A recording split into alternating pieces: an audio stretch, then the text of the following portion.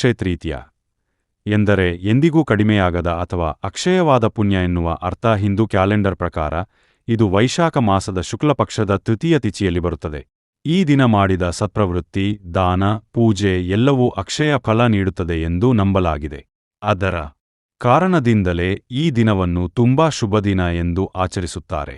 ಅಕ್ಷಯ ತೃತೀಯ ಹೇಗೆ ಆರಂಭವಾಯಿತು? ಒಂದಾನೊಂದು ಕಾಲದಲ್ಲಿ ಶ್ರೀಕೃಷ್ಣ ಮತ್ತು ಅವನ ಬಾಲ್ಯದ ಸ್ನೇಹಿತ ಸುಧಾಮ ಇದ್ದರು.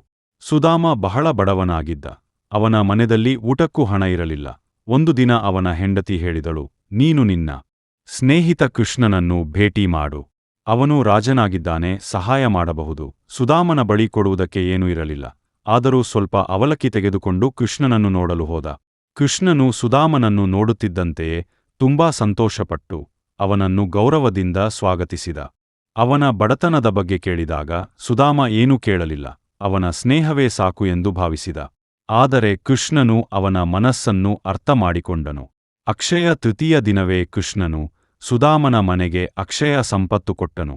ಸುಧಾಮ ಮನೆಗೆ ಹಿಂತಿರುಗಿದಾಗ ಅವನ ಚಿಕ್ಕ ಗುಡಿಸಲು ದೊಡ್ಡ ಅರಮನೆ ಆಗಿತ್ತು. ಅವನ ಬಡತನ ಸಂಪೂರ್ಣವಾಗಿ ಹೋಗಿತ್ತು. ಈ ಕಥೆಯಿಂದ ಅಕ್ಷಯ ತೃತೀಯ ದಿನ ಮಾಡಿದ ಪುಣ್ಯ ಮತ್ತು ಭಕ್ತಿ ಎಂದಿಗೂ ಕಡಿಮೆಯಾಗುವುದಿಲ್ಲ ಎಂಬ ನಂಬಿಕೆ ಬಂದಿದೆ. ಅಕ್ಷಯ ತೃತೀಯ ದಿನ ಚಿನ್ನ ತರುವುದಕ್ಕೆ ಕೆಲವು ಪ್ರಮುಖ ಕಾರಣಗಳಿವೆ. ಅಕ್ಷಯ ಎಂದರೆ ಎಂದಿಗೂ ಕಡಿಮೆಯಾಗದುದು. ಈ ದಿನ ಚಿನ್ನ ಕೊಂಡರೆ ಅದು ಸಂಪತ್ತಾಗಿ ಸದಾ ಹೆಚ್ಚುತ್ತದೆ ಎಂದು ನಂಬುತ್ತಾರೆ. ಚಿನ್ನವನ್ನು ಲಕ್ಷ್ಮೀ ದೇವಿಯ ಪ್ರತೀಕ ಎಂದು ನೋಡುತ್ತಾರೆ. ಈ ದಿನ ಚಿನ್ನ ತರುವುದು ಎಂದರೆ ಮನೆಗೆ ಲಕ್ಷ್ಮೀ ದೇವಿಯನ್ನು ಆಹ್ವಾನಿಸುವಂತೆ. ಮನೆ, ವ್ಯವಹಾರ, ಹೂಡಿಕೆ, ಯಾವುದೇ ಹೊಸ ಕಾರ್ಯ ಪ್ರಾರಂಭಿಸಲು ಇದು ಅತ್ಯಂತ ಶುಭ ದಿನ.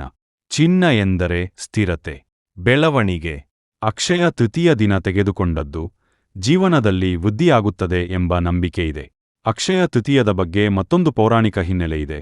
ಅದು ಯಾವುದೆಂದರೆ, ಮಹಾಭಾರತದಲ್ಲಿ ಪಾಂಡವರು ಅರಣ್ಯದಲ್ಲಿ ಇದ್ದಾಗ ಅವರಿಗೆ ಆಹಾರ ಸಮಸ್ಯೆ ಎದುರಾಯಿತು. ಆದಾಗ ಶ್ರೀಕೃಷ್ಣ ಅವರು ಅಕ್ಷಯ ಪಾತ್ರೆ ಕೊಟ್ಟರು. ಈ ಪಾತ್ರೆಯಲ್ಲಿ ಯಾವಾಗಲೂ ಆಹಾರ ಮುಗಿಯುತ್ತಿರಲಿಲ್ಲ. ಯಾರು ಬಂದರೂ ಊಟ ಕೊಡಲು ಸಾಕಾಗುತ್ತಿತ್ತು. ಇದು ಕೂಡ ಅಕ್ಷಯ ಎಂಬ ಕಲ್ಪನೆಯನ್ನು ಬಲಪಡಿಸುತ್ತದೆ. ಕಡಿಮೆಯಾಗದ ಸಂಪತ್ತು ಮತ್ತು ಸಮೃದ್ಧಿ.